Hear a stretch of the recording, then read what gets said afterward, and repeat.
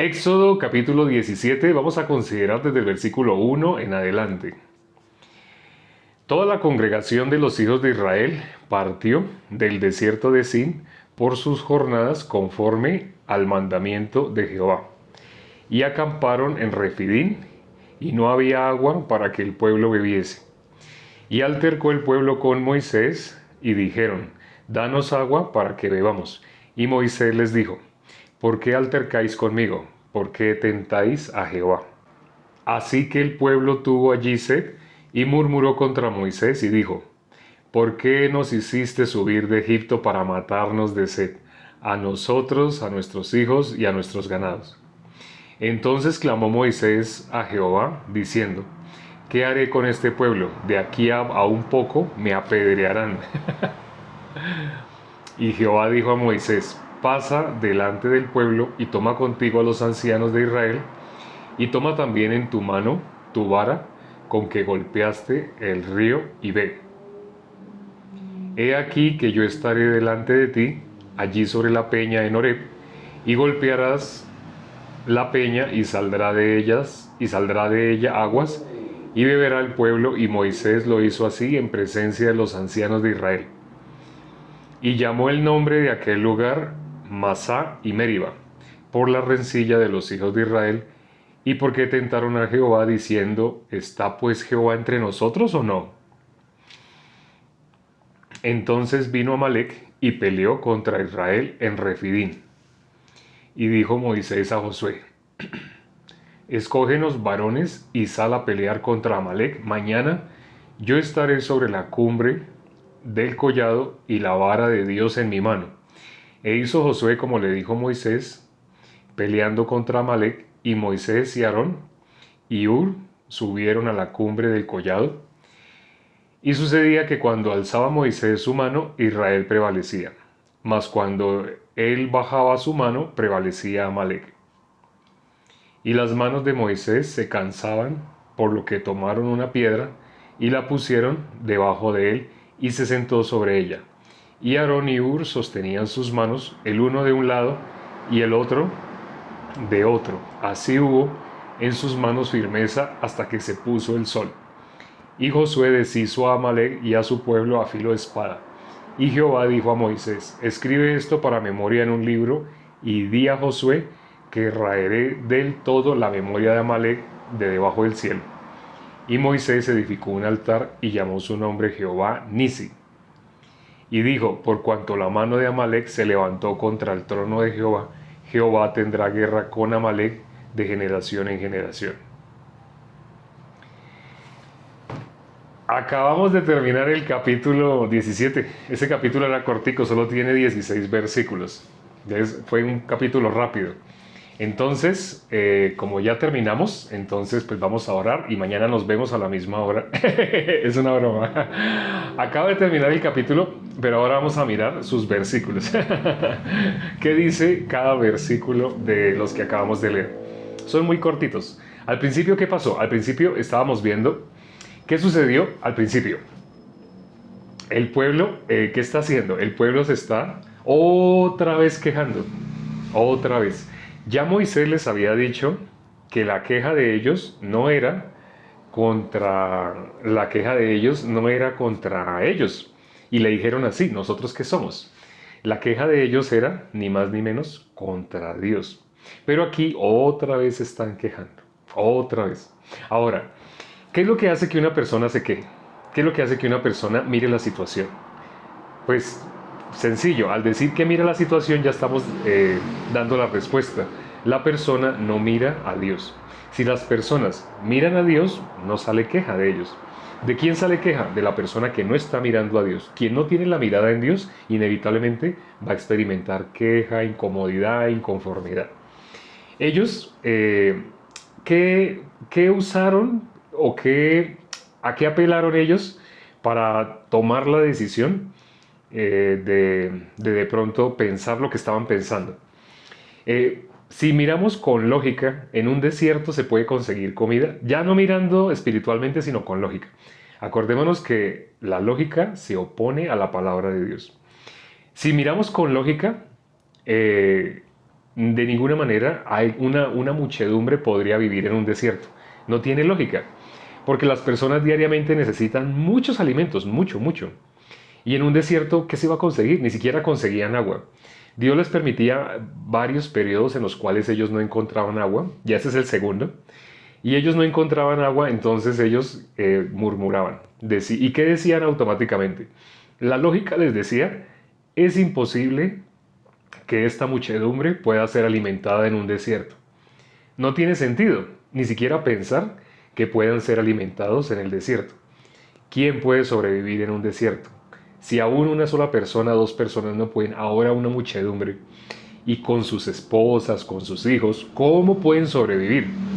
La lógica se opone a la palabra de Dios. ¿Dios los mantenía o no los mantenía? Constantemente ellos estaban viendo el trabajo de Dios, pero rápidamente lo olvidaban. Esa es la condición del ser humano. Por eso, lo que vimos el día de ayer, por eso dijo nuestro Señor Jesucristo, bástale a cada día su propio afán. Bástale a cada día su propio afán. Bástale a cada día su propio mal. ¿Cómo lo dijo nuestro Señor Jesucristo? Danos hoy nuestro pan de cada día. Diariamente, las personas que no están buscando diariamente a Dios inevitablemente van a experimentar así queja, sufrimiento, aún justos, aún salvos. Lo digo porque los he conocido. Justos salvos que están alejados de la palabra y cuando viene la situación automáticamente se quejan. Y así uno les nombre la palabra, no te preocupes, en la Biblia dice que por nada estemos afanosos, que estemos como siempre, gozosos, ¿sí? Pero no se trata de estar gozosos así como si nos estuvieran echando chistes, no, cuando dice gozoso, una persona puede estar seria y puede estar gozosa.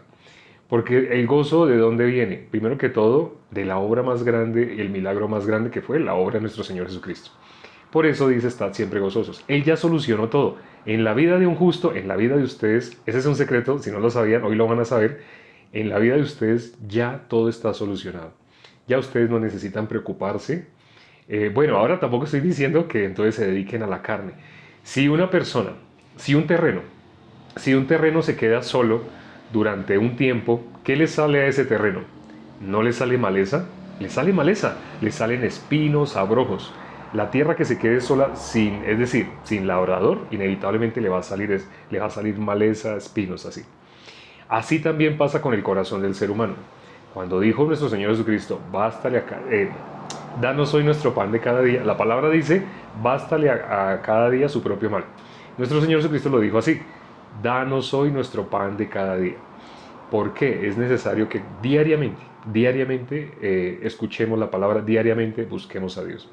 Aquí acabamos de ver también una guerra que hubo, ¿no? La guerra que hubo ¿contra quién fue? Esta guerra fue contra Amalek. Ustedes van a escuchar hablar mucho sobre Amalek, porque aparece más adelante. Por ejemplo, en el caso de Samuel, primera de Samuel, allí es nombrado Saúl como rey, ya lo sabemos. Pero cuando Saúl es nombrado rey, ¿qué hace Saúl? Dios le dice, está atento, y le dice así, está atento, a través del profeta Samuel, Dios le dice a Saúl, está atento a la voz de Jehová. Y aparentemente él iba a estar atento, pero él no estuvo atento. Una persona no puede estar atenta a la palabra de Dios si tiene su pensamiento. Al tener su pensamiento va a mezclar. Ustedes se darán cuenta que hay personas que, muchos, sí, la mayoría, gracias a Dios, la mayoría sí entran a escuchar la palabra. Porque lo hacen voluntariamente, pero hay personas que están de pronto de manera fortuita.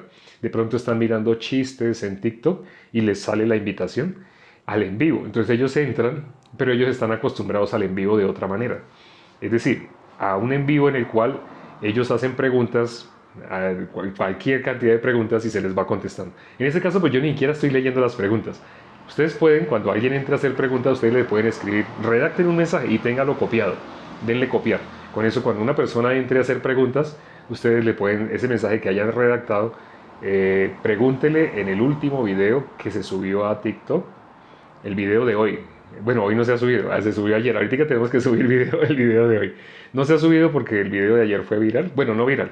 Es un video que todavía está generando muchas visualizaciones. Entonces, si se genera un nuevo video, eclipsa al video que está generando muchas visualizaciones. Pero díganles así, escriban la pregunta al último video que se ha subido a TikTok, esos videos de 1 minuto, 2 minutos así, y él la va a contestar al último video. Redacten un mensaje así con eso, cuando alguien haga preguntas, ustedes solamente lo pegan. Volvemos otra vez al asunto de Amalek. Aquí sucede algo especial con Amalek. Amalek se le opuso, se resistió. Amalek representa esa resistencia. Bueno, sí sabemos, ¿quién se resiste a la palabra de Dios? Satanás. Entonces sí, Amalek en cierta medida sí está representando a Satanás, que se está oponiendo ¿a quién? A que sea al pueblo de Dios. El pueblo de Dios es la iglesia, el pueblo de Dios es los que Dios ha justificado. Por consiguiente, Amalek representa esa resistencia, la misma que hizo Saulo, a que el evangelio sea anunciado. Es decir, sí representa a Satanás. Cuando Dios trabaja, Satanás también trabaja. Inevitablemente, él se va a querer oponer a que la palabra de Dios sea anunciada, porque el corazón de él es contrario a Dios. El corazón de Satanás, desde el comienzo, desde sus orígenes, es el pecado, es querer ser igual a Dios, lo que le propuso a Adán y Eva, lo que le ofreció a Adán y Eva. Y realmente lo que Adán y Eva, es decir, toda la humanidad, cuando nosotros decimos Adán y Eva, realmente nos estamos refiriendo a toda la humanidad. Antes pareciera que nos refiriéramos a ellos. No, Adán y Eva representan a nosotros. ¿Cómo hemos vivido nuestra vida? Oyendo nuestra propia voz. Aquí, Amalek, ellos también se resistieron al pueblo de Dios. Por eso Dios dijo, siempre, siempre, de generación en generación, el último versículo que leímos hoy, de generación en generación, siempre iba a haber esa contienda con Amalek. Aquí, leámoslo. El último versículo dice, por tanto, la mano de Amalek se levantó contra el trono de Jehová. Desen cuenta cómo dice acá. ¿Contra quién se levantó la mano de Amalek? Contra el trono de Jehová. Jehová tendrá guerra con Amalek de generación en generación. Ya se dan cuenta a quién representa Amalek. Ahí lo dice más claramente. Para que se haya levantado contra el trono de Jehová, está hablando de Satanás. El que se levantó contra Dios fue Satanás. El que quiso ser igual a Dios fue Satanás. Eso es lo que está diciendo acá. Y dice que de generación en generación. Las personas piensan de pronto humanamente, pero no. Amalek representa eso, representa a Satanás. Cuando Dios le dijo al rey Saúl, le dijo, ve y hiere a Amalek y destruye todo lo que tiene. El rey Saúl, ¿qué fue lo que hizo? Él lamentablemente usó su punto de vista. Al usar su punto de vista, al usar la lógica, él vio algo de ganado que podía servir. Sí, mató algo del ganado de ellos, mató, pero no todo. Lo que él veía como gordo, bonito, como para una feria de exposición de ganado, una feria de exposición ganadera, él se quedó con eso, él lo guardó. Él se lo llevó porque a él le parecía esto sirve, esto es útil. Él escogió. Entre lo que Dios había desechado, él escogió. Es como el mismo corazón del ser humano cuando, habiendo recibido la salvación, mira todavía hacia atrás, mira todavía a Egipto, mira todavía como, ay, yo quisiera volver a eso. Acuérdese, ayer vimos cuando el pueblo estaba diciendo, ojalá hubiéramos muerto por la mano de Jehová, cuando estábamos en Egipto, allá sentados frente a las ollas de carne. ¿Ellos qué están usando? La lógica. Ayer en el capítulo de ayer vimos cómo la usaban y cómo por usar la lógica inevitablemente pensaban, nos trajo acá para morir. Trajo a toda esta multitud para que muriera. Tiene lógica. Lo que ellos están diciendo tiene lógica. Y una de las frases que más tengo que contestar en los comentarios que me hacen a través de los videos que subimos, los videos cortitos de TikTok, es sí, tiene lógica. Lo que tú estás diciendo tiene lógica. Me hablan personas sobre el cuarto mandamiento de la ley de Dios, es decir, sobre el día de reposo. Y me lo dicen según la interpretación de las obras. Algunas personas sí están haciendo preguntas, pero hay unos que no hacen preguntas, sino de una sola afirman, tenemos que hacer así, así, así, en el día de reposo tenemos que hacer así. Yo le digo a esa persona, te entiendo. A algunas personas le digo, sí, te entiendo. Otras personas de una sola dicen, quien no guarda el día de reposo de ninguna manera puede ser salvo. Así, algunas personas expresan así. Y les digo, tiene lógica, tiene lógica lo que está diciendo, pero no es verdad. No les puedo decir así directamente, pero es verdad. Sino les digo, tiene lógica, pero mira lo que dice 1 Samuel 16:7. Dios no mira lo que mira el hombre. Aparecen tres cosas. Dios no mira lo que mira el hombre. El hombre mira lo que está delante de sus ojos, lo que tiene lógica, lo que su experiencia prueba, y lo que Dios mira que es el corazón. Ese es el secreto espiritual para entender la palabra de Dios. Dios no mira lo mismo que miramos nosotros. Si una persona es guiada por su punto de vista, va a hacer lo mismo que estaba haciendo el pueblo de Israel. ¿Qué hacía el pueblo de Israel? Vez tras vez se quejaba con Dios. Nuevamente, Dios trabajaba. Dios mandó una nube para que los guardara del sol, para que el sol no los quemara, no les hiciera daño, no los deshidratara así. ¿Y qué les hacía de noche? Les colocaba una antorcha de fuego inmensa. Ellos eran guiados, tenían luz en la oscuridad. Y en el día, cuando el sol los podía destruir, ellos tenían una columna de nubes. ¿Qué representa esa antorcha, esa columna de fuego que estaba con ellos de noche y qué representa esa nube? El sol, ¿quién es? Primero que todo, ¿qué representa el sol bíblicamente? A nuestro Señor Jesucristo. Acuérdense cuando nuestro Señor Jesucristo dijo sobre los 4 terrenos, ¿sí? Habló del terreno que era, primero que todo, el que es junto al camino, luego el que es como pedregales. ¿Qué pasa con el terreno que es como pedregales? Sí, la semilla que es lanzada en ese terreno trata de germinar rápidamente, pero como no tiene profundidad, porque las piedras no dejan que las raíces, hasta cierto punto deja que las raíces crezcan en la manera básica, pero cuando ya necesita la raíz crecer más, no puede, porque las piedras ya no la dejan. Entonces crece rápido, brota pronto, pero cuando sale el sol, se quema. El ser humano, nuestro Señor Jesucristo dijo, lo que es nacido de la carne, carne es. Lo que es nacido del espíritu, espíritu es. Y cuando leemos en Levítico, las características del animal limpio, tiene pezuña hendida. Rumia y tiene pezuña hendida. Si no cumple esos 2 requisitos, no es animal limpio. El cerdo tiene pezuña hendida. ¿Qué es pezuña hendida? Tiene claro que lo que es de la carne, lo que es nacido de la carne, carne es. Y lo que es nacido del espíritu, espíritu es. Y que el espíritu y la carne se oponen entre sí. Eso lo tiene claro hasta ese punto. Pero si no rumia, quiere decir traga entero. Por eso el cerdo es el animal impuro, el animal inmundo por defecto. Ahora, no les estoy diciendo que no coman o que coman, no. Porque dice nuestro Señor Jesucristo que ya todo lo purificó, refiriéndose a que lo que Él hizo ya quitó el pecado de nosotros. Cuando habla del cerdo está hablando de nosotros también. Cuando habla del cerdo, cuando habla de la vaca, la que sí rumia y la que sí tiene pezuña hendida, que es el animal limpio, también por excelencia la vaquita, porque ella tiene 4 estómagos. ¿Y por qué tiene 4 estómagos? Ya se acuerdan que Dios permitió que el Evangelio quedara registrado para nosotros de 4 maneras diferentes. Queda el Evangelio de San Mateo, Marco, Lucas, Juan. Por eso la vaquita es el animal limpio por excelencia, tiene 4 estómagos. ¿Por qué es necesario considerar el Evangelio desde los 4 puntos de vista diferentes? ¿Por qué es necesario? Porque no sé si se han dado cuenta que el Evangelio de Juan en especial es el más diferente en relación a los otros.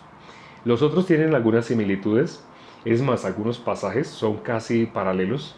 De pronto hay algunas pequeñas diferencias.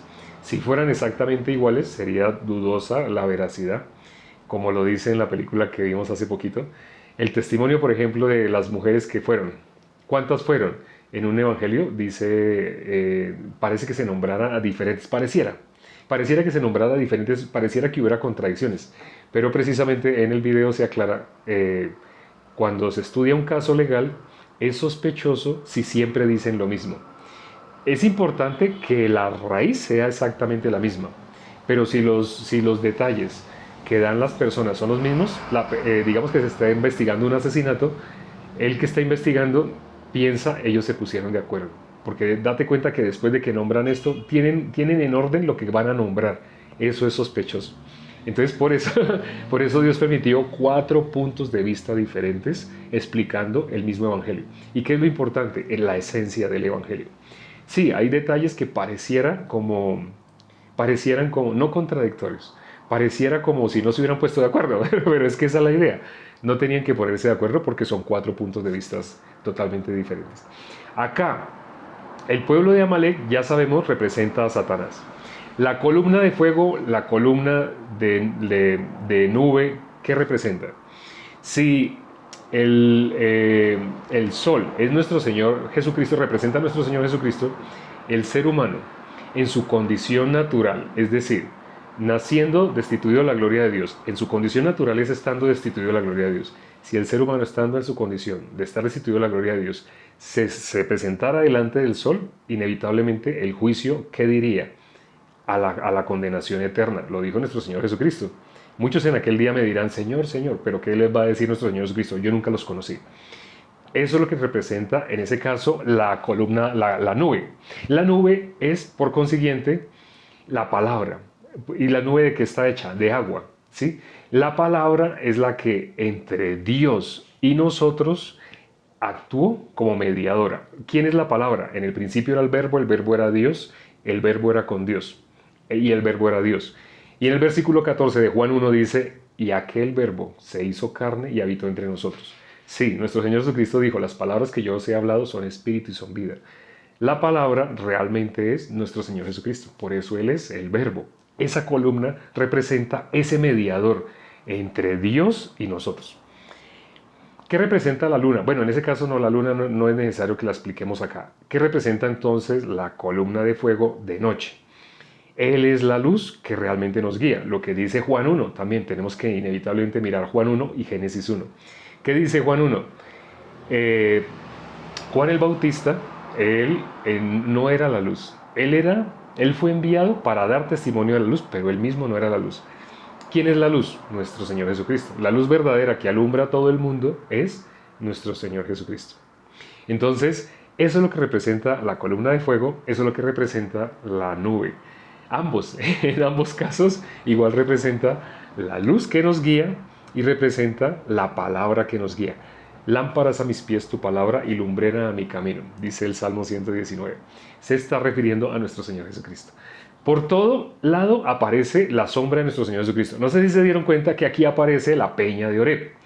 ¿Qué le dijo Dios a Moisés? Golpea la peña, golpee la roca. Y como dice en los Salmos, ¿qué otra roca hay fuera de nuestro Dios? ¿Cuál es la verdadera roca?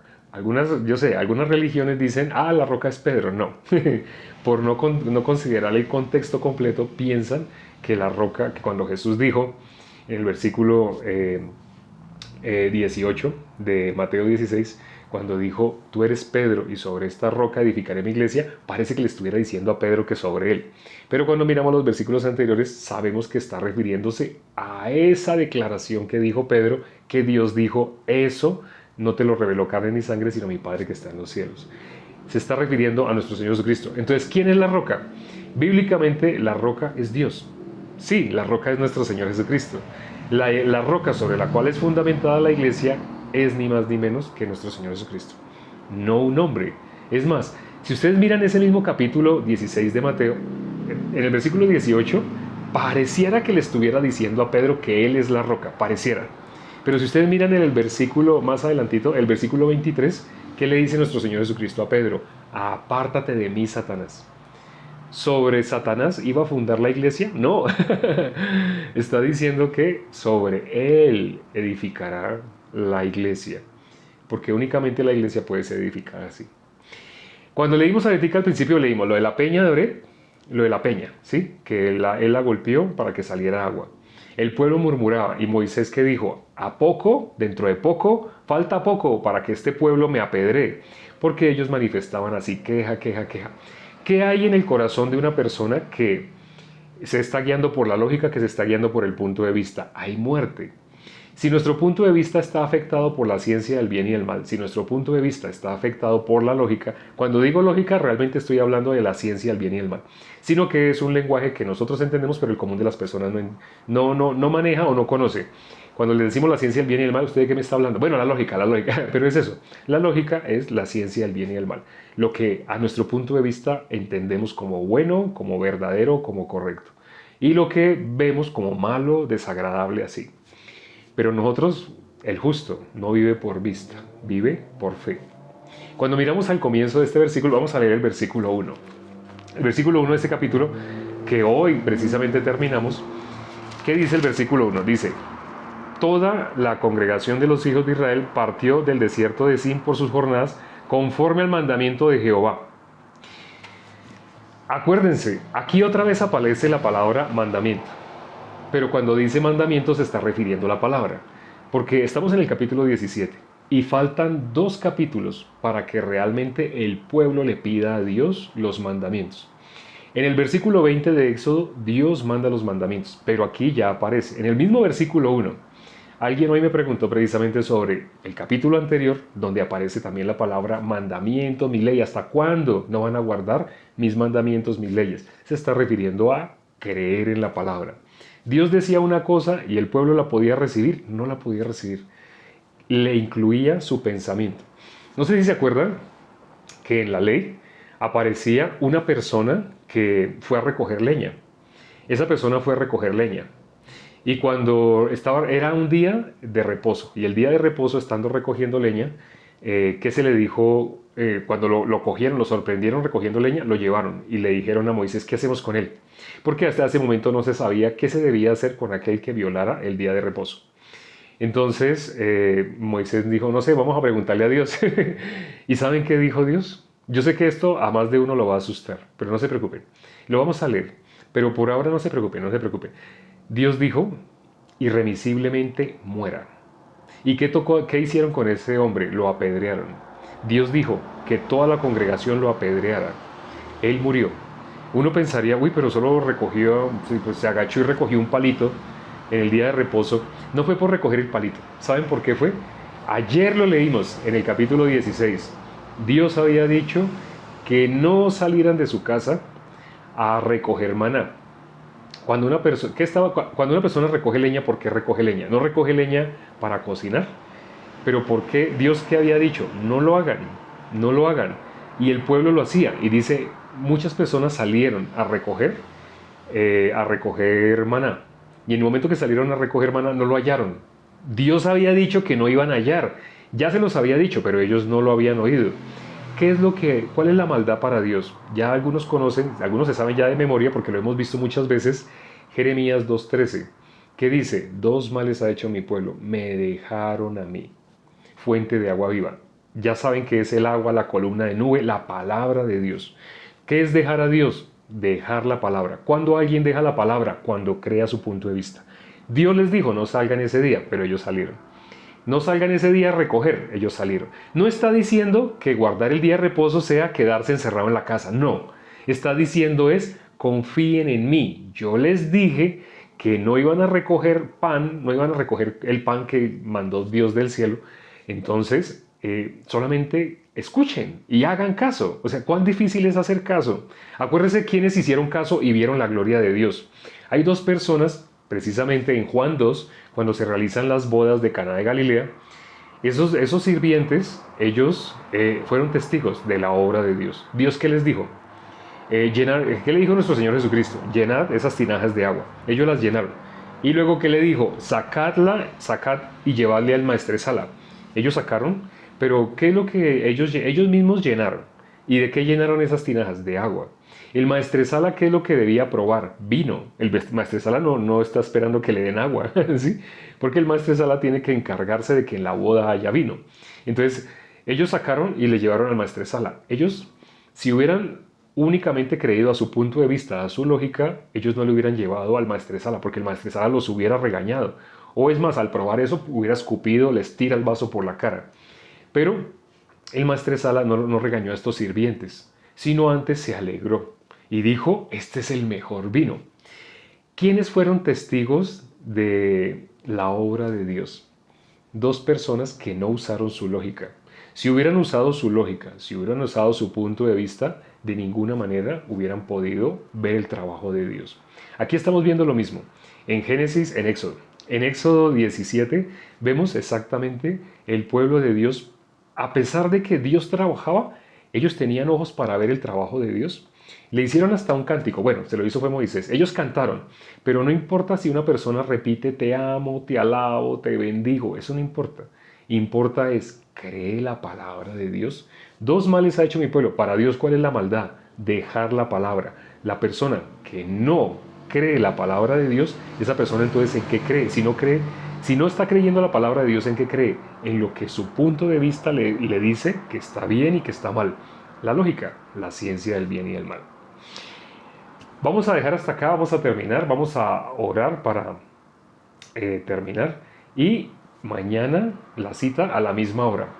Padre, gracias por este tiempo que nos has permitido para considerar tu palabra. Gracias porque has permitido que las personas que se hayan conectado. Permite que la palabra tuya impacte en el corazón.